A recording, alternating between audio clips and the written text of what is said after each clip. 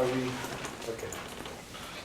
So we have a voltage in electric circuit that can be modeled as a Gaussian random variable with mean equal to 0 and variance of 10 to the minus 8.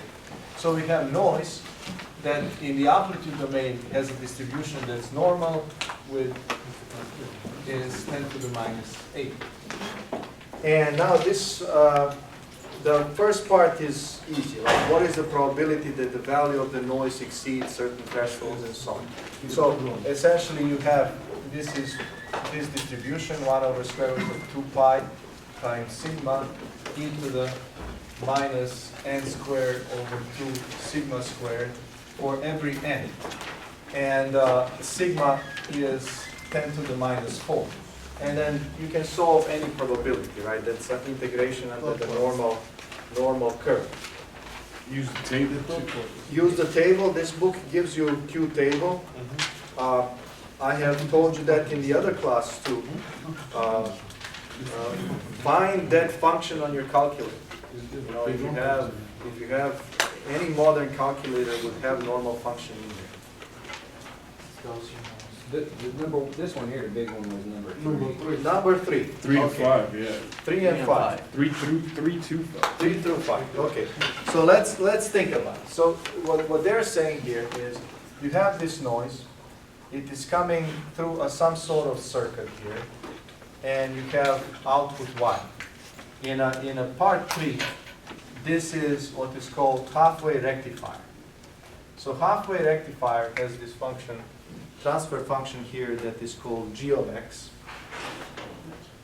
And g of x is this. G of x is equal to x for x greater than 0, and 0 whenever x is smaller than 0.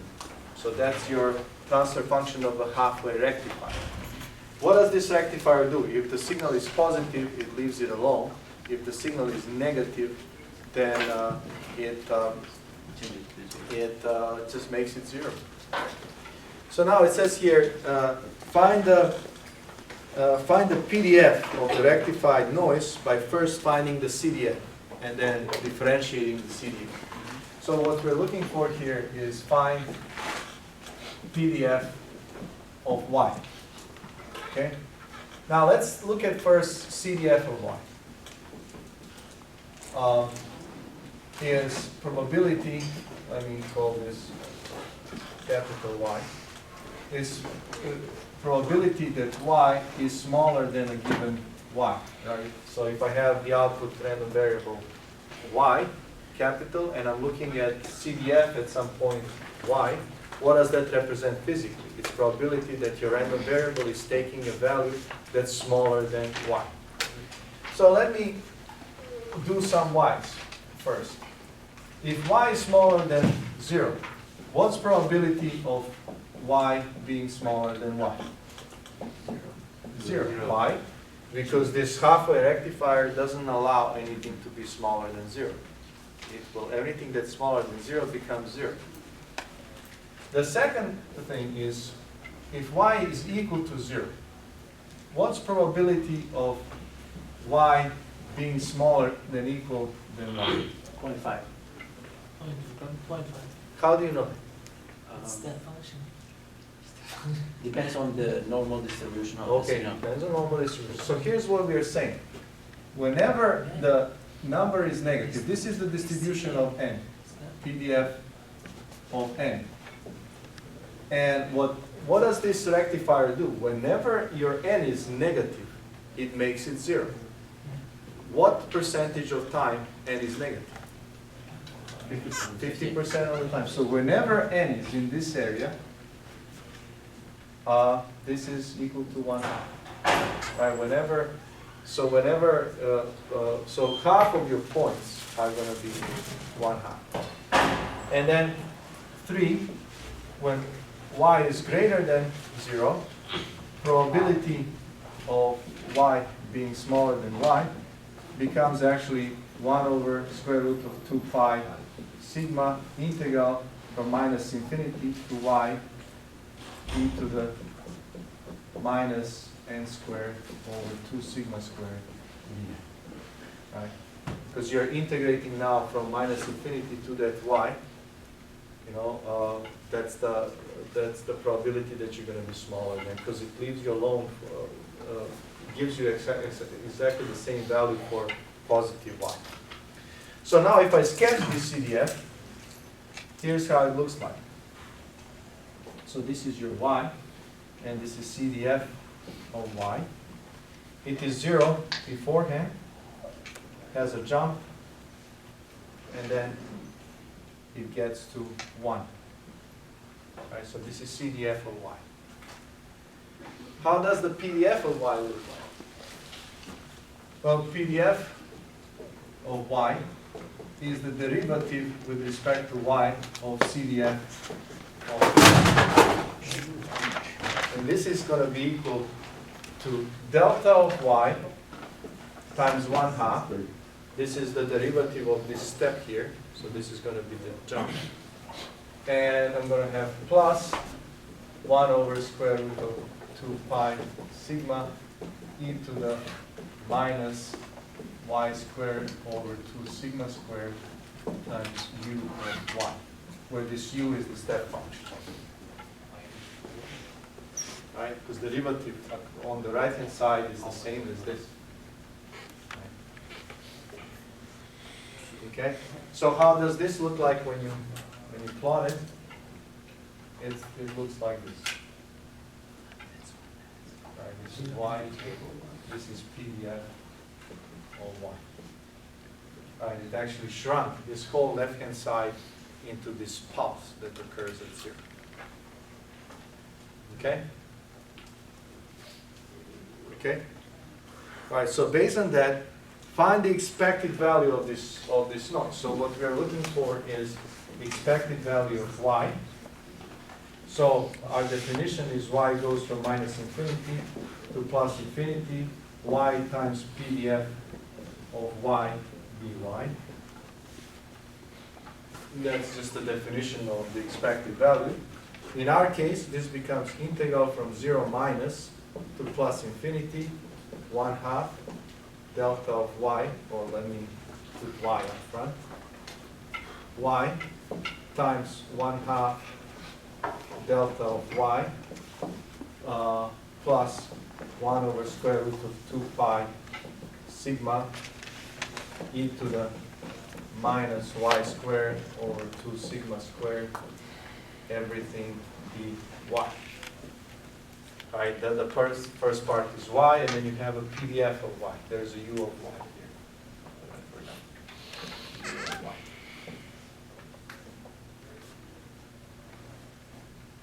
Right? So this is y times the PDF of y. Now this splits into two integrals. First one is 1/2 integral from 0 minus to 0 plus, or just 0 to plus infinity of y times delta of y dy. And then plus the second integral is 1 over square root of 2 pi sigma integral from 0 to plus infinity y times e to the minus y squared over 2 sigma squared dy. Right, that's the second when I bring this y over here. Now, what's the value of the first integral? 0. 0. The uy, is the uy necessary in that? Huh? Is the u of y necessary? In that expression? Yes, because it does this, right? It cuts this half, right? Without u of y, you're having the full bell curve. Right, but your 0 to infinity, doesn't that imply u of y? Oh yeah, here it's not. Yeah, but I wanted to say here Okay. from minus infinity to plus infinity. Right? Yeah, I started from 0 and then I corrected myself by adding here, right? Yeah, it did. Yeah. Now it's okay. Hey, Professor, on this curve here, because we have that 1/2, the delta, is this going to be 1/2 at 0, 1/2 plus 1 over the square root of 2 pi sigma? How high is delta? One half. What's 1/2? It's the area under the curve. How high is delta? Infinity. Infinity. So it doesn't matter where you put this arrow. You know, it goes to infinity anywhere, right? So you can put it here or here. I just put it above so that it looks neater, right? But it is in infinity anyway. The area under the curve. So the number that we put, this 1/2, that doesn't mean that's that high. This is the area under the curve, right? It's infinitely high, right? So we already took care of this guy. This guy is equal to 0. Let's take care of the other guy. So expected value of y is going to be equal. Let's see, what do we do here? I'm going to say this is 1 over square root of 2 pi. Integral from 0 to plus infinity, e to the minus y squared over 2 sigma squared, d of y squared over 2 sigma squared. And let's see here, I need to have another 2 sigma squared. So derivative here is 2y or 2 sigma squared. So I need to have sigma here, right? Okay? Now, what's the value of this integral? Let me rewrite it one more time. So this is sigma over square root of 2 pi, integral from 0 to plus infinity, e to the minus t dt. Obviously, t here is y squared over 2 sigma squared. So what is the value of that integral? 1. 0 factorial, right? So it's a square root of 2 pi. So that's the expected value of y. Okay? Sir, Uh-huh. when you add the 1/2 sigma square in the d of y squared, Uh-huh. then you differentiate that and add that on top, multiply that on top, outside the integral, right? Uh-huh. This part. This part here, right? Yes. So this integral should be the same as this, right?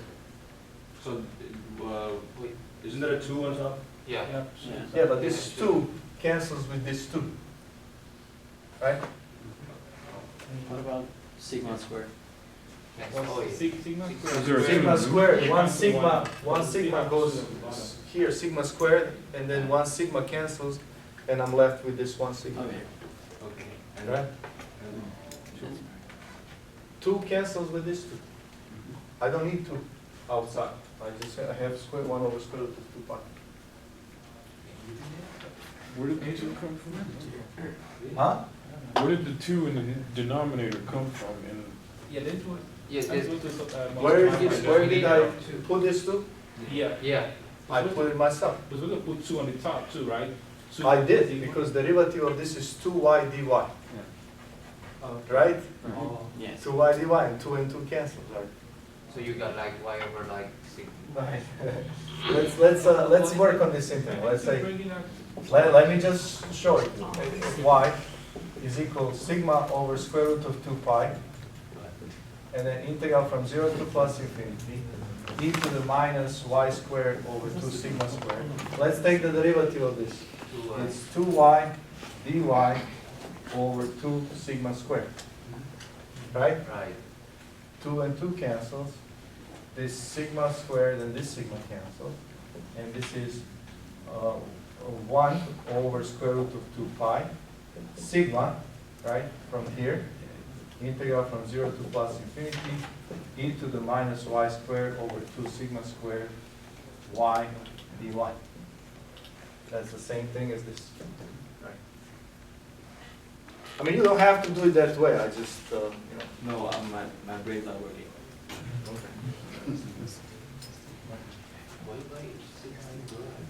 Okay. So that's a halfway rectifier. The part 4, we just did it. Part 5 is what happens where it's a full way rectifier, right? And full way rectifier looks like this, right? G of x, this is now part 5. G of x, or let me, G of x is equal to Absolutely. absolute value of x, right? This is a full way rectifier. Or was it absolute value squared? No, just absolute value. So how does the PDF look like now?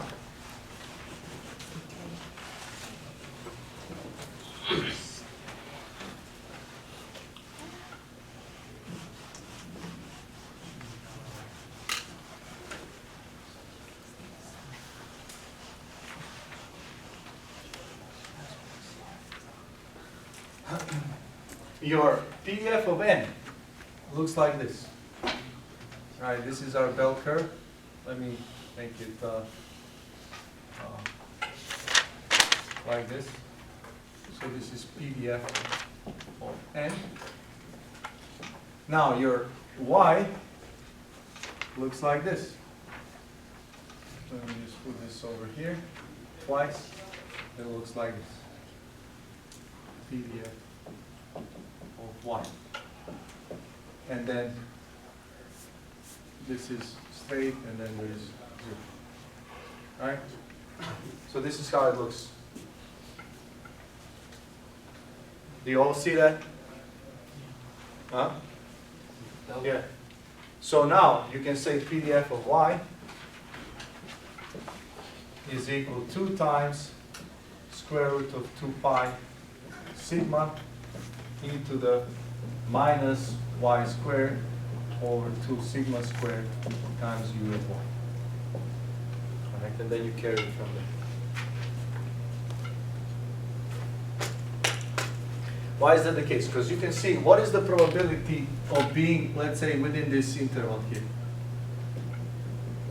It is the same. What if you are in this interval or in this interval, you end up here, right? So take this, put it on the top of here, and you end up with this. Right? So the x-axis is x, This is x. the random variable x. Yeah, random variable. So if you are, let's say, between 1 and 1.1, or between -1 and -1.1, after this you end up between 1 and 1.1, right?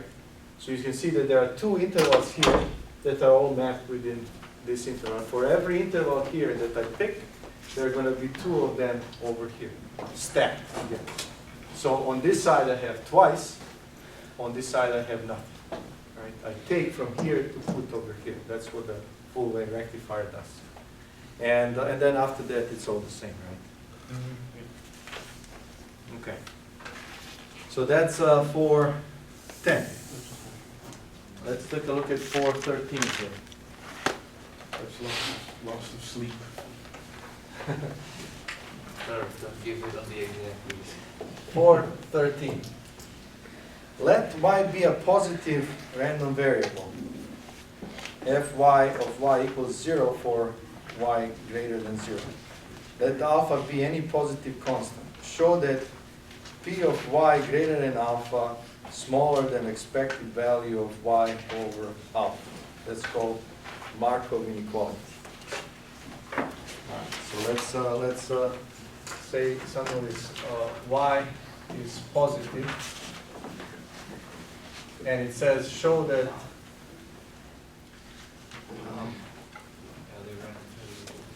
probability of y greater than alpha is equal to or smaller than the expected value of y over alpha. You just have to kind of write this out, right?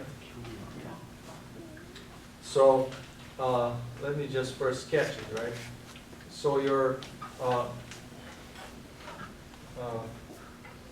PDF of y looks like this somehow. PDF of y.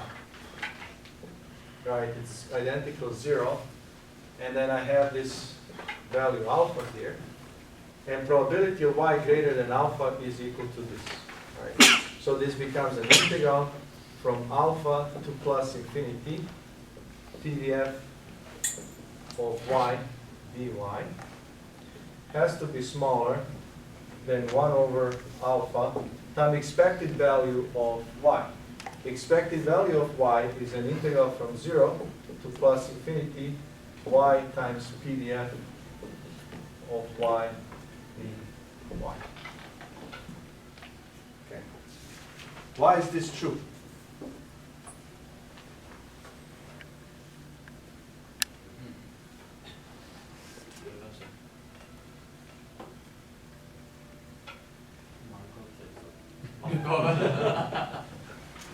This is Markov Inequality.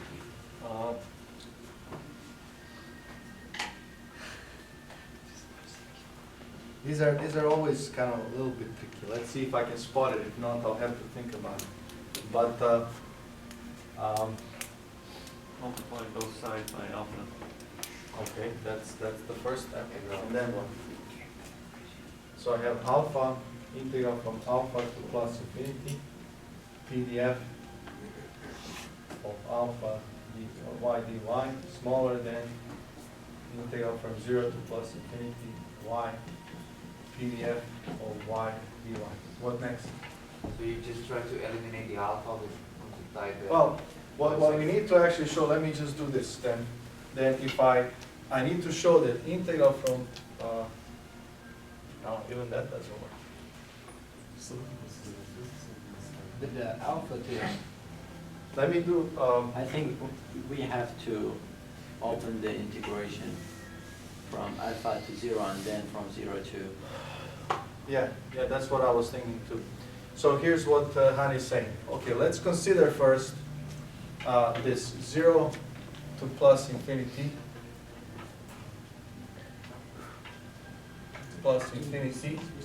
y PDF of y dy minus alpha integral from 0 to plus infinity of PDF of y dy, right? And can I show that this is greater or equal than 0? Right? Can I do that? If I take that this is 0 to plus infinity, y minus alpha, yeah, because PDF of y. PDF of y dy. Is that true? No, doesn't have to Alpha be. is really- Yeah. No, I don't know that. The limits of the. Huh? I'm running out of idea. I don't see it right away, so maybe, what is it? The integral Let's see. from alpha to infinity has to be smaller. can we Yeah. rewrite the PDF of y as the CDF times the derivative dy? No. PDF for what? The upper there.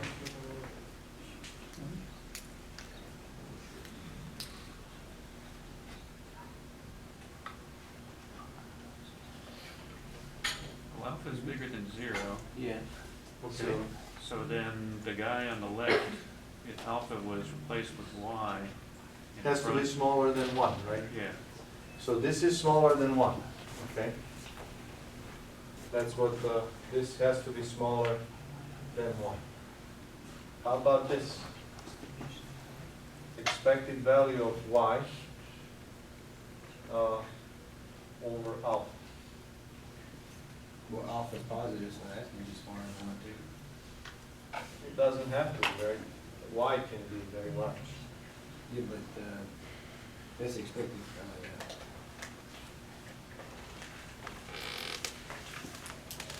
It's not good for a test. Yeah, it's not going to be. Let's just tic-tac-toe cat. I don't see it right now. I mean, can't we, did anybody solve it? Let's see the manuals. Okay, so let's assume that that's true, right? Let's see the next one. Let x be a random variable with variance sigma squared and define, yeah, so part B. So x is a random variable, variance of x is sigma squared. Define y is equal to x minus expected value of x squared. And alpha equal to epsilon squared, so alpha is positive. Obviously, the conditions of the problem are satisfied for y and alpha as chosen here. Derive the Chebyshev's inequality. So probability here that x minus expected value of x greater than alpha squared has to be smaller than sigma squared over squared, right? So, so this is kind of a straightforward application of what I have here. Because if you have here, if I square both sides from here, I have that if I define, let me say here, define some z as x minus expected value of x. Right.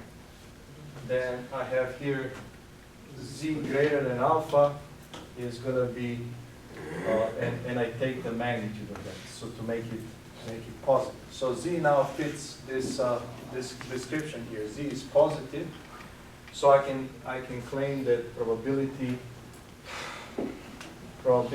of x minus epsilon of x greater than this has to be smaller than expected value of this thing here, x minus epsilon x, and divide that by whatever I have here. So if I square both sides, then if it's smaller than this, so where is the square? Hmm?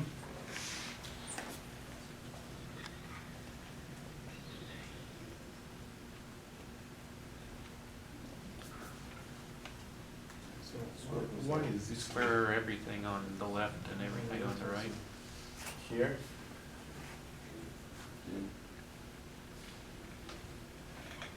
Yeah, this is standard. This is minus it. Say again. Square one. And the thing that says probability in curly brackets, Uh-huh. square both the things in the absolute value sign and the epsilon. Okay. So I get this, Yeah, and I get epsilon squared, right. right? Mhm. And then what? And then, Minus x squared. It's funny because I did- why is actually very sigma squared? So variance of x is sigma squared.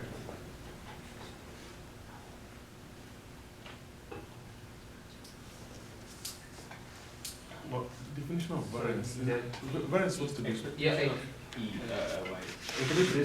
This is expectation of this is variance. excuse me, Professor. So expectation of y Is variance. Is expectation of y. Yeah, it's variance. yeah, is variance of x. But So Okay. I think it's Expectation of y is equal to variance of x. right. That's true. But how does that help? Professor, excuse me, Professor. Uh-huh. It should be like e to the power of 2, right? Because you have like sigma square divided by e to the power of 2. Where? Here, probability of x minus e of x greater than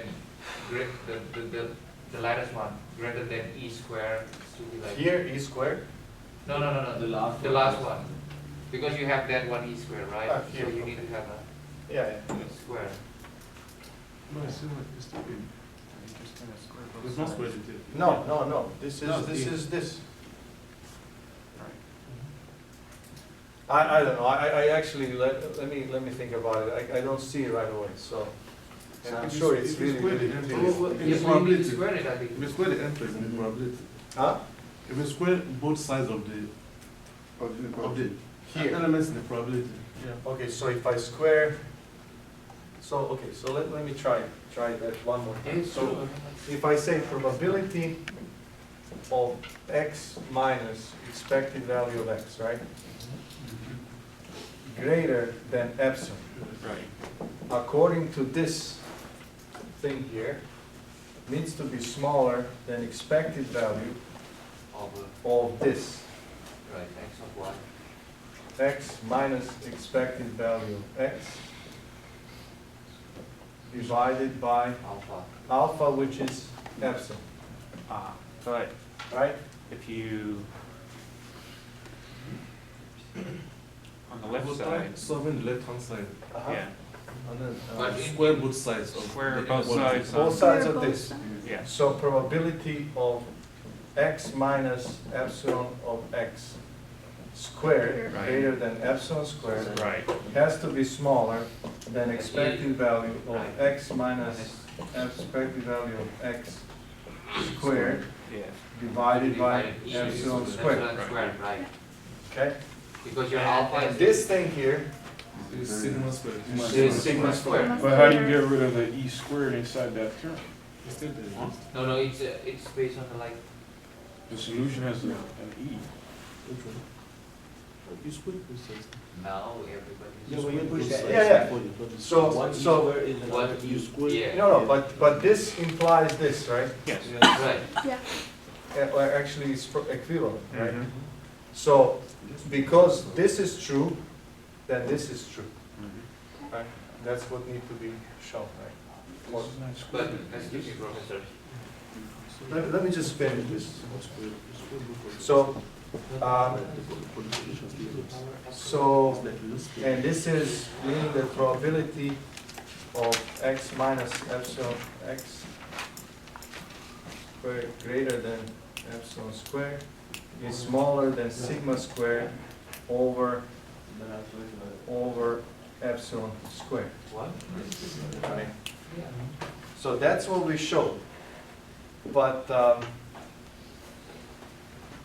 his question remains, why is this smaller than this? Because your alpha is e to the power of 2. Yeah, it's a given. Yeah, it's given. What's given? Alpha Alpha. is given. That has nothing to do with it. Let me think about it, I'll come back to that one. You know, it's not gonna be for, but I actually, somebody came by my office and I solved it and I forgot now how I solved it. You know? Would that someone stand up? Yeah. No, not me. I didn't ask this I question. just did it a long time ago. Excuse me, Professor. Yeah. I'm still confused that why you say that x minus e over x implies. Which line? Which line? That probably the second one you have like that implication of the. Yeah, This, that one. That actually is not right. that this implies this? Yeah, Well, both of them are essentially this statement, right. right? So this implies this and this implies this, right? Yes. So all of this are based on the like your value of your alpha, right? Okay, alpha is epsilon squared. There's no alpha in the second part of the problem, right? Right. There's no. All right, let's get to the other ones. I'll come back to this. Which one is the next one? It's 426. We'll skip that one because I didn't cover that one in lecture. Yeah, 4.26.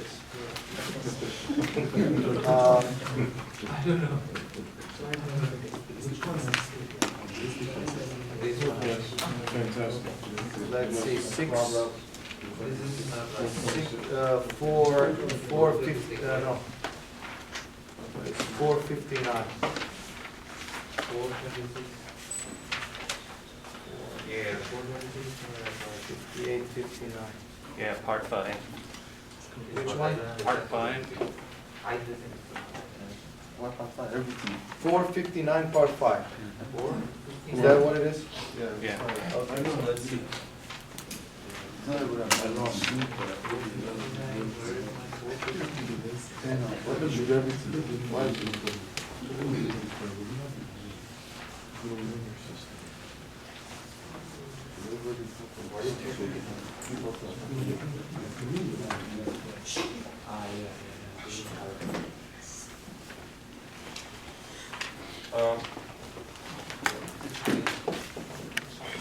Let's see, it's kind of hard to, let me see first. A stationary process X of t is passed through LTI system, and the output is denoted as Y. So you have X of t coming in, this is LTI, and there's Y of t coming out. And find the output autocorrelation function and the cross-correlation function between the input and the output process in each of the following cases. A delay system with delayed delta, right? So Y of t is equal to X of t minus delta. Right? And I guess here your R, X, find the output autocorrelation function, okay. So R, Y, Y of tau is going to be expected value of X of t minus delta times X of t, I forgot how we put it, we put t plus tau, right? Yeah. T plus tau minus delta times X of t minus delta, which is the same as Rxx of tau, right? Ryy, Yx of tau. How does the book? Xy, is that the one? And where does plus tau go? Up front or? The book is at the back. At the back. So tell me, so expected value of X of t plus tau, right? Times X of t minus delta, right? Where this is your X of t plus tau times Y of t. Is that how the definition is? We didn't define it in class, so I'm trying to see.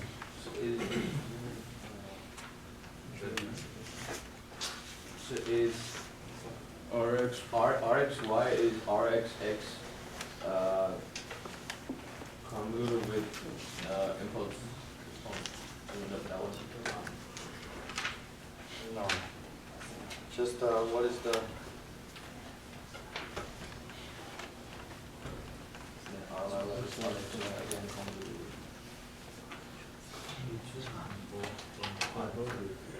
It's a matter of definition. Where do you put tau?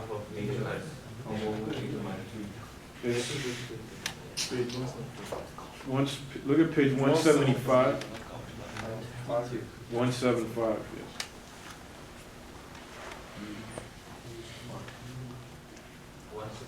Okay, but both of them are stationary, right? Yeah. So Rxy.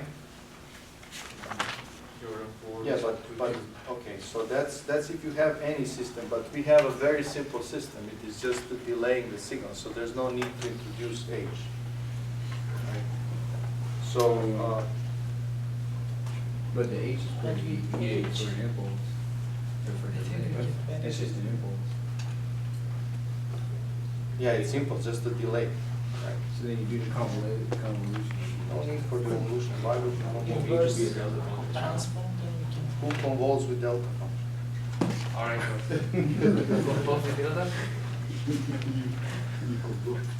Right? But that was the easy way to do it. I took it to the, what I did is I took it to the frequency domain and I brought it back. Don't do that. Yeah. That's what I did. But that's what- All All I'm asking is there's multiple ways of defining things, right? So, and I'm kind of reading multiple books, so I assume that this is it, right? That you define Rxy of tau as expected value of x plus tau of t plus tau times y of t.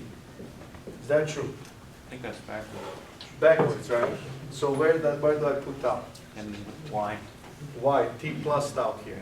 Okay, so that's what different books do. So x of tau, y plus t plus tau. Is that what it is? Doesn't seem correct, because this is how it defines Rxx, right? So either one, you substitute it and then you realize here that you can introduce let's assume that it's this way. I think it's this way. I cannot find it now. So what you do is you define, let's say, t minus delta as a new variable u, right? So then t plus tau becomes u plus delta plus tau. Okay? If I define t minus delta as u, then t plus tau becomes u plus delta plus tau, right? So then this becomes expected value of x of u plus delta plus tau times x of u. And you can see that this is Rx of tau plus delta. Okay? Autocorrelation function. So the cross correlation at the output can be expressed in terms of autocorrelation. Now that was part one. Let's see what is the problematic one. So this was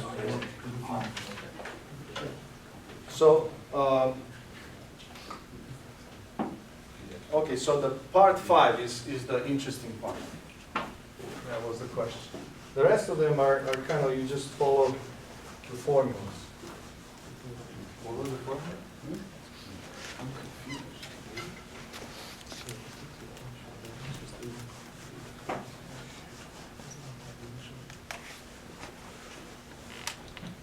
So part 5, I have y of t is equal to 1 over 2t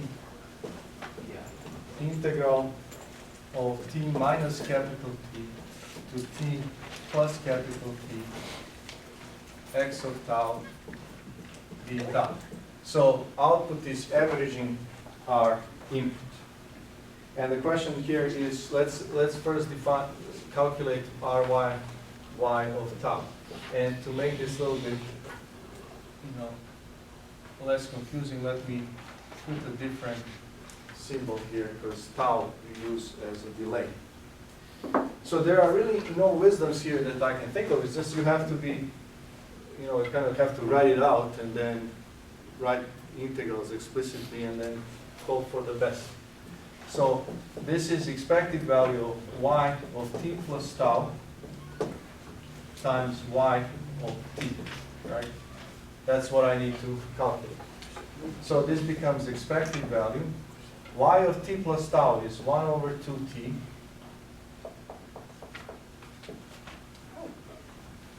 integral, instead of t, I'm going to put t plus tau minus capital T plus tau plus capital T, x of nu d nu.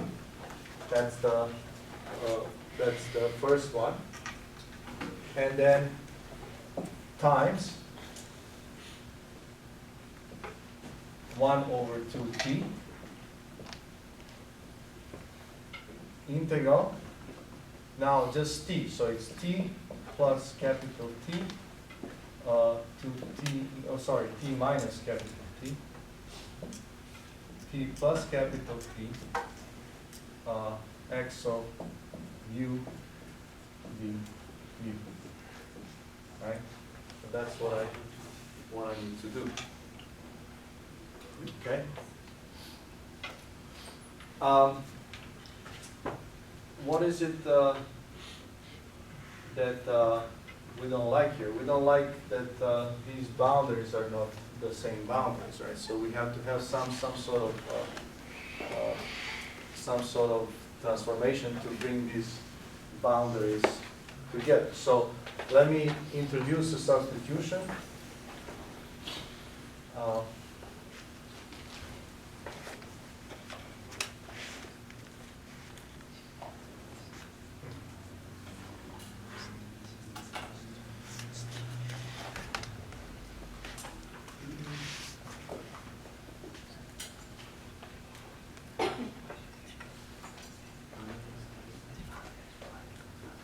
Okay, so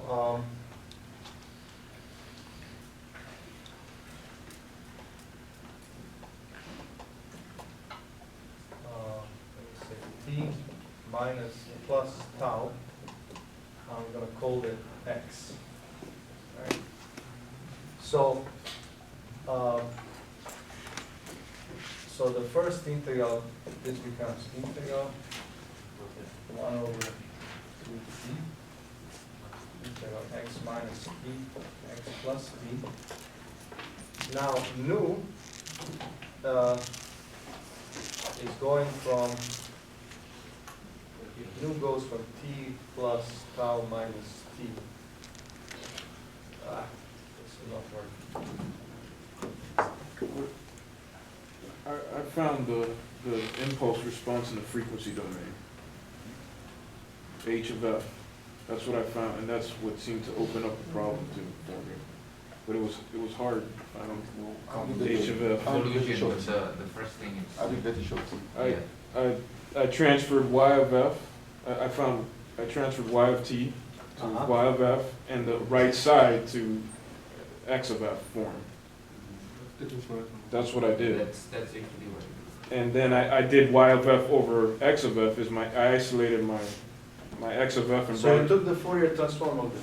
of both sides. Correct? Okay, so let's get there. So this is y of f, and then Fourier transform of this is what? It's a property in the table. From negative infinity to plus infinity, it's x of f e to the j 2 pi ft over j pi over X over j.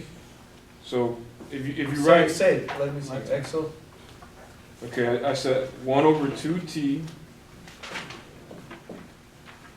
Well, here's the trick. I said y of t equals 1 over 2t from negative infinity to t plus capital T x of tau. I did to minus negative so it's infinity 1 over, I see, 1 over 2 from minus infinity to to the lower bound. to the lower bound, Oh, I'm sorry, to the to upper upper bound. bound, right? Right. X of X, nu right. d nu Minus integral from minus infinity to t to the lower bound. minus t x of nu d nu. And then I can use a property in the And Fourier table. then this is equal to Fourier transform of that, right? Right. Now Fourier transform of this is 1 over 2t, 1 over j omega, right? X of I used the property, trying to find it. integral from 0 to t, so From negative infinity to t, that's the property I use, which is, X of f? it's x of f over j 2 pi f yeah, okay, 2 pi f plus 1/2 x of 0 delta f. plus 1/2 x over 0 0 delta f. delta. But since there's in the terms, there's a delay, I multiplied an e to the j 2 pi.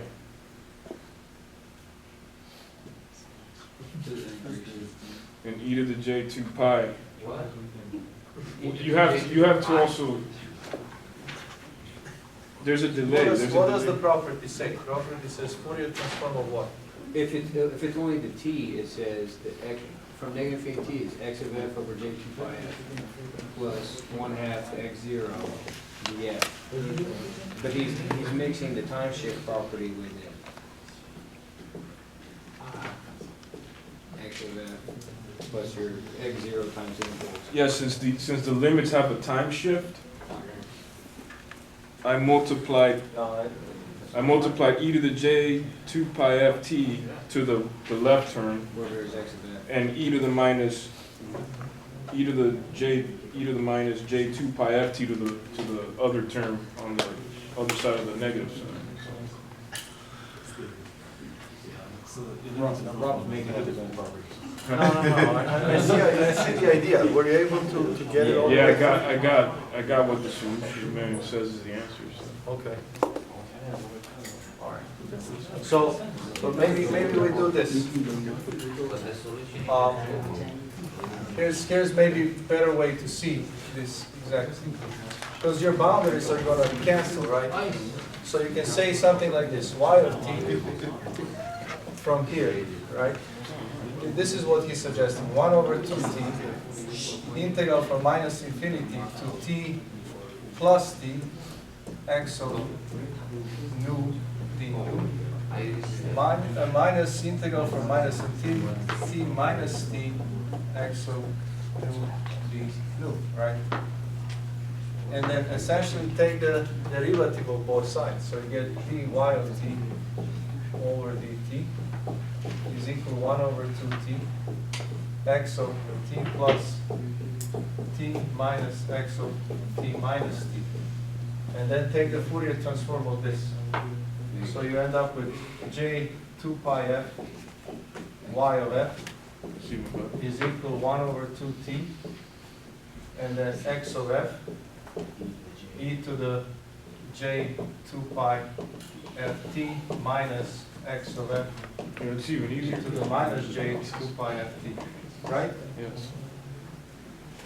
Now you get 1 over 2t, and then x of f outside, and this looks very much like a sine, right? Right? Yeah. Too close. Over j2 times j2, right? Oh, yes. j 2 pi f y of f, right?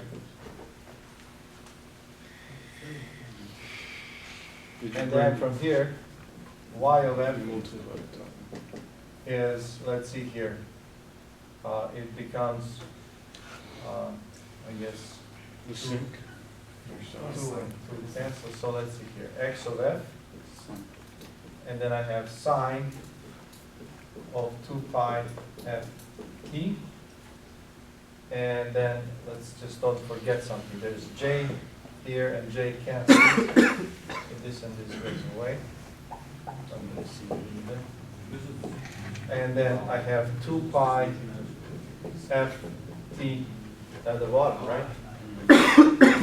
So your y of f is equal to sink, essentially, of, I guess the book uses 2ft, Yes. right, times x of f. So that's y of f. But how does that help us with, You find h of t from that, and then you have to use page 175. okay, so that, so you get, so here's what he, so, okay, but, Or you can leave it in frequency domain. so this is essentially the rectangle, this is that, Page 38. yeah, but you have the impulse response of this, and then there's this long formula where you can get the, where essentially that says that, so this is your h of f, right? And once you have h of f, let me use this section.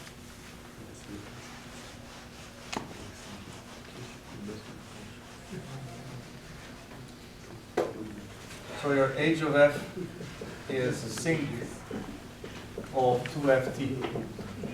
And then you can get your h of t as an inverse Fourier transform of this guy.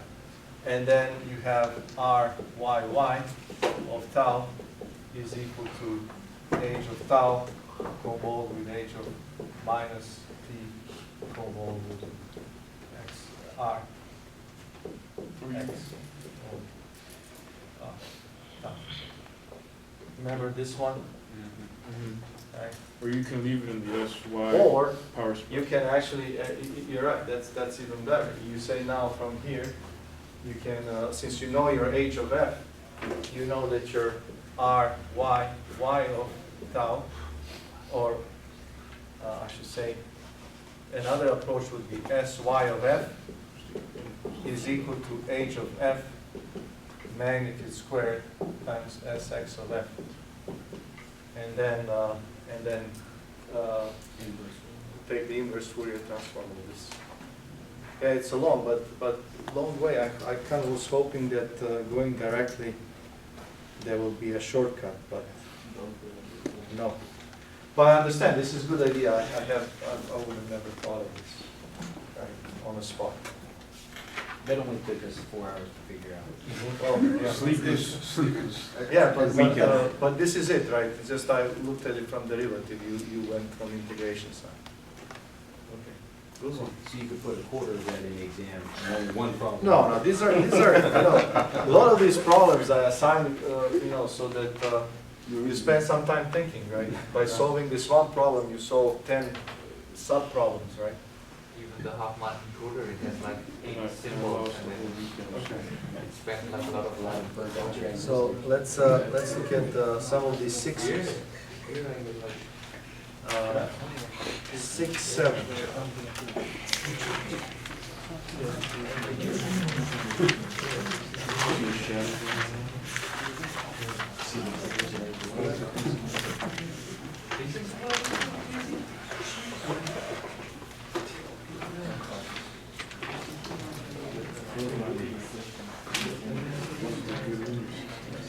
This one is like, yeah, I'm gonna skip that. That's why it's 6.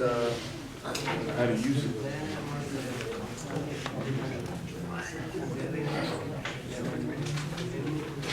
The 628 we did in the class. 6? Yeah.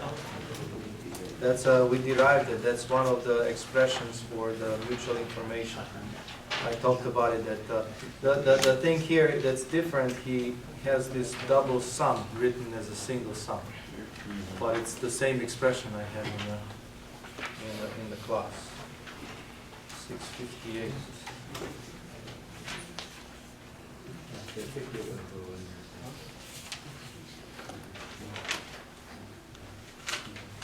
Okay, 658.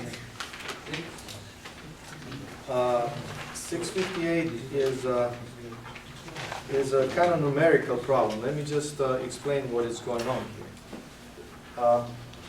Remember, I actually did exactly the same problem in the class, but instead of triangular, I did Gaussian. And I don't have it here. We had a general result that told us that if you have a non-uniform quantizer, right, you have the signal to quantization noise ratio is 10 log of whatever power, signal power of the noise, right? And the power of the signal, it's always the same expression. It's going to be expected value of x squared, right? Integral from x goes from minus infinity to plus infinity, x squared times pdf of x dx. But then for power of the noise, there was an expression.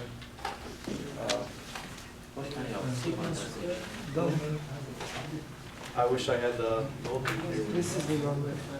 We went and derived this for new quantizer, and it had a PDF function here of the signal. You know what I'm talking about here? Capital F of X or something like that? No, it's a lecture when we have my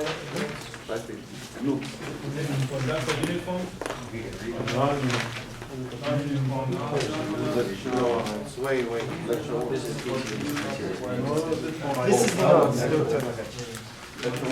okay. Oh, yeah, so I'll find it. So if you look at, I think it's,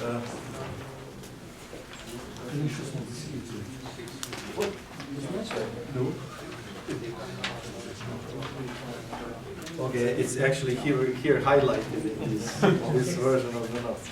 So we had that power of the quantization noise was 112 delta squared. That's the starting point. That's always the noise that we have, you know, there's always this term. But if we're using a non-uniform quantizer, we're using mu compression as they wanted you to use in this example. Then you have ln squared 1 plus mu over mu squared. And then this is integral from -1, 2 plus 1, 1 plus mu magnitude of x times squared PDF of x dx.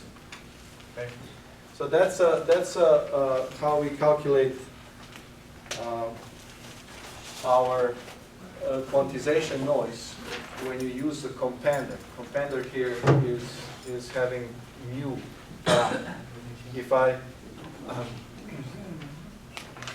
I make mu 0, then this whole thing goes. I have no compression of my input, and I end up with just my rounding error, which is this part. Now, when I have some sort of compression, I have this term that helps me improve the signal to quantization noise ratio. Now, PDF of the signal in this case was given like this. Let's see.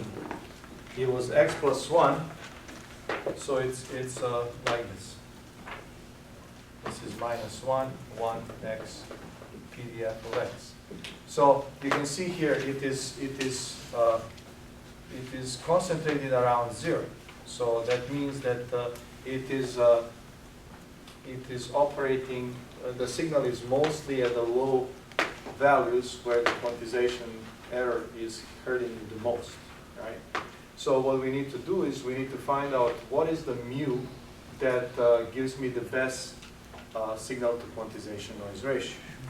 Now, the signal power is not going to change as a function of my mu, so I really only need to be working on the quantization noise and find out for what mu this term is going to be minimized. And the way you do that is you actually plug this PDF in here, and then you integrate, and you get Pn as a function of mu. So the power of the noise becomes 1/12 delta squared, and then I have ln squared 1 plus mu over mu squared, and then this is an even function, this is also even function, so I can say times 2 integral from 0 to 1, 1 plus mu x, and then just this section here, so that's 1 minus x squared, 1 minus x dx. Okay. And in this case, unlike the one that I did for example, I think this can be solved analytically, everything. You can square this and integrate this, right? So let me just start it and you can see what happens. 1 over 12 d squared. This is ln squared 1 plus mu over mu squared. I can put 6 here. And then this is an integral from 0 to 1. 1 plus 2 mu x plus mu squared x squared 1 minus x dx. So this is 1 over 6 delta squared ln squared 1 plus mu over mu squared. Integral from 0 to 1, so you have 1 plus 2 mu x plus mu squared x squared minus x minus 2 mu x squared, and then plus mu squared x cubed dx. And then this is very easy to integrate, but bottom line is this becomes 1/6 delta squared times some function of mu. Right? You see that this is only function of mu. Right? And if you do that, then if you, for example, do this, you say mu, and then you look at, I don't know, here 0 to, let's say, 100, I'm assuming is from 0 to 100, and then you plot here f of mu. You should get something like this, where there is going to be a mu that minimizes this. This is exactly what I did in the example in the class, and I obtained f of mu. I obtained it for mu equal to, what was it, mu equal to 4 or 3 something. Mu equal to 3, I obtained the best result. Right? So in this case, you would just go through this integration, get this as expression of mu, and then get for which f of mu, for which mu this gets the minimum value, and that's the one that minimizes the quantization noise, and then the power of the signal is the same. So that's the one that improves gets the best signal to noise ratio. So I have, let me see, is there anything else? So this one is 658, right? Yes. But in the book there is another formula. It says you can solve with this formula. Yes. Yeah. The formula is different from this. Is it, well, it should be the same result, right? Yeah. Solve it both ways, see which one is better. There was an interesting problem. Where was that entropy? What? That's a section 6.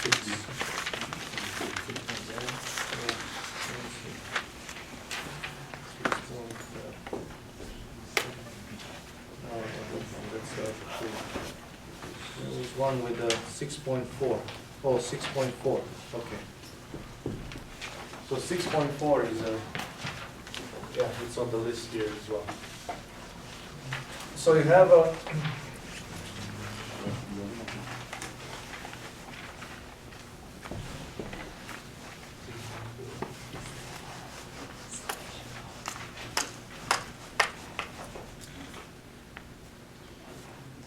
so here's a 6.4. It says there is a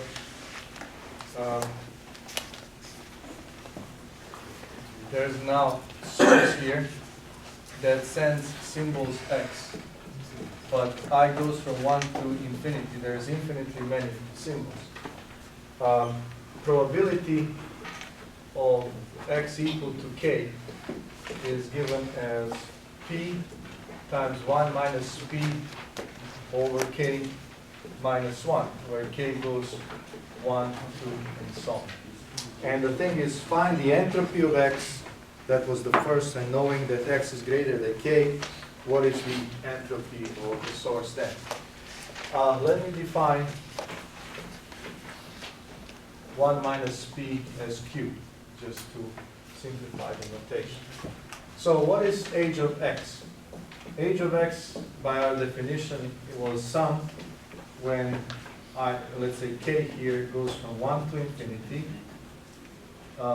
Probability of x equal to k times the LV of the probability of x equal to k. Right? So this is what we need to determine here.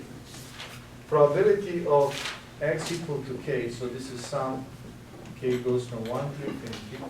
Probability of x equal to k is p times q, k minus 1. And then I have LV of p times q, k minus 1. Right? This is what I need to sum. And when you get this kind of problems, it's always good to write out a few terms to understand what you're actually dealing with. So let us write out the terms here. Age of x is equal to minus. So for k equal 1, this is just p times LV of p, right? For k equal to 2, this is p times q, right? P times q, LV, p times q. Then for k equal to 3, this is p q squared, LV of p times q squared, p q third, LV p times q to the power 3, and so on, right? So this is what we need to sum. Now, it's easy to see that you can take this and rewrite it slightly different. So this becomes minus p goes outside. And then I have LD of p from the first one. Then I have q multiplying LD of p plus LD of q from the second term, right? See, there's q here, LD of the sum. Then you have q squared, LD of p, plus LD of q squared, right? But I'm going to write it as 2 LD of q, right? And then I have q to the power of 3 LD of p plus 3 LD of q, and so on. Right? Did you see how each one of these now decomposes? P went outside, there's these q's, and then this LD splits into sum of the two values. So let's just regroup the factors there and see what comes out of it. So h of x becomes equal to minus p. Now, how am I going to group this? I have LD of p as a common, and then have 1 plus q squared plus q cubed plus and so on, right? So I have LD of p, and then times 1 plus q squared plus and so on, right? And then in the second term, I have LD of q, but then I have q plus q squared plus q cubed and so on, right? So I have plus LD of q times q plus 2q squared, right? Plus 3q cubed plus and so on, right? Correct, q, 2q squared, 3q cubed and so on. Okay? Now, this is equal to minus p LD of p. What is this? This is 1 over 1 minus q. Right? This is geometric series. Right? And then plus LD of q and times this series SQ. Let me sum that one separately. So if I know how to sum this, I have solved everything. So let's write this SQ out. SQ is equal to Q, 1 plus, let me just actually write it like this. Q plus 2Q squared plus 3Q cubed plus and so on. SQ over Q is going to be equal 1 plus 2Q plus 3Q squared plus and so on. What did I do? I took the upstairs and I divided both by Q. So now if I take the difference between these two, SQ over Q minus SQ is going to be this minus this. Well, this minus this is 1. 2Q minus Q, Q. 3Q squared minus 2Q squared, 3Q squared. Q squared plus Q cubed plus and so on. So you end up SQ 1 over Q minus 1 is equal 1 over 1 minus Q. Okay? Because this is just a geometric series. And if you bring this to common, you get SQ, downstairs is Q, 1 minus Q is equal to 1 over 1 minus Q. So SQ is going to be equal to Q over 1 minus Q quantity squared. Right? That's SQ. So now if I substitute back,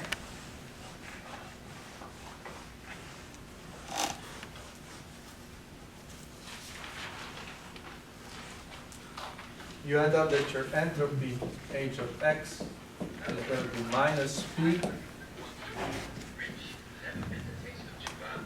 LD of P, 1 over 1 minus Q, plus LD of Q times SQ is Q over 1 minus Q squared. Q over minus Q quantity squared. Okay? Now, if you take into account that 1 minus Q is actually P, right? From here, you can see that this P cancels this 1 minus Q and cancels this guy here. And you end up that this is minus LD of P plus Q over P times LD of Q. Very cool result here. So if I don't know if you can I simplify it a little bit more? I guess that's fine. So that's the entropy of the source. You know, if I didn't make any mistakes in calculus. And then the thing is, if you know that age of, so that's part A, part B, if you know that x is greater than k, what's the entropy of x, given that x is greater than k? Well, some capital K. This becomes sum when k goes from capital K to infinity of this stuff. Right? So it's P times Q, K minus 1, LD of P times Q, K minus 1. Right? And then you just need to do kind of the same approach here as I did for the first one. You just make sure you sum this. But kind of following the same process. You a little bit unwrap it, and then you see what you can group. And you will end up with a slightly more complicated form. But the process is there. All right, so all of these are a little bit above, you know, the midterm, grade, because they're not particularly complicated. It's just long, right? You have to, you know, even if you know how to do it, it takes a long time. I kind of encourage you to go look at the problems I posted, you know, on the website. They're much more shorter and much more appropriate for the midterms. Like they have A, B, C, D, and each step is much smaller quantity. So that's the level. I mean, all of this is useful, and by doing all of these problems, you kind of exercise the material. But I'm going to be taking just pieces of this and giving it for an exam. So all the lectures are going to be the exam? Oh yeah, let me give you the that's a very good what's going to be on the exam, right? Chapter 4 and 6. I have a list, but as you probably guess, it's going to be very much the same as what was covered for the material. So here are the topics. Channel types.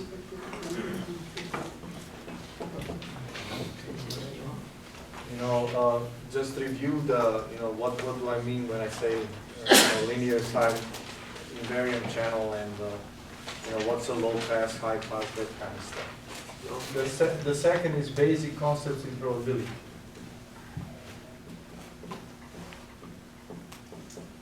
Along the lines of the problems we did at the beginning today, you know, what's CDF, PDF, expected value, you know, statistical averaging, and so on. So PDF, CDF, and so on. The 3, band limited process and sampling. Process and sampling. Know your sampling tier, right? Know your, you know, what needs to happen so that you don't have aliasing. What does, you know, how many samples, and you know, what does that result in terms of the data rates? Quantization.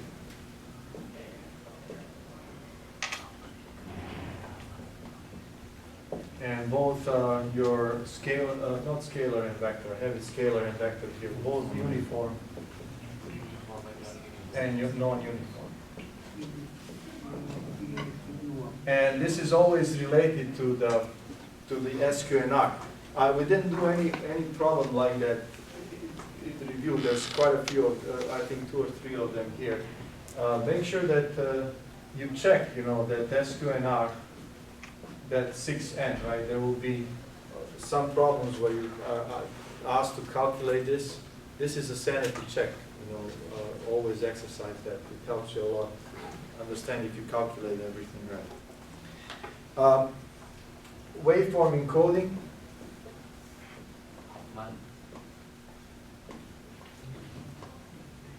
And this is your PCM and delta, right? We didn't do much delta. I can only ask you, slope overload and quantization error, essentially those 2 things. But here, when it comes to PCM, know the relationship between sampling rate, between the number of bits per sample and the total bit rate, right? So, because there will be like problems like, okay, you have 36 kilobits per second of the data throughput, your signal has a bandwidth of 5 kilohertz. If you sample it at Nyquist rate, what is the signal to quantization noise ratio that you can achieve, right? Those kind of relationship between these 2, 3 quantities that you've been judging. And then 6 is your information theory.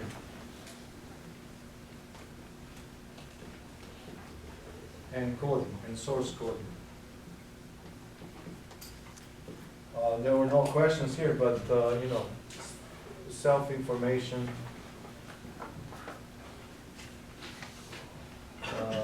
entropy, Hoffman equality,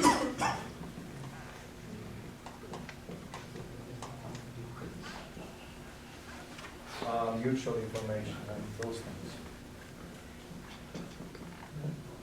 And then Shannon's capacity formula.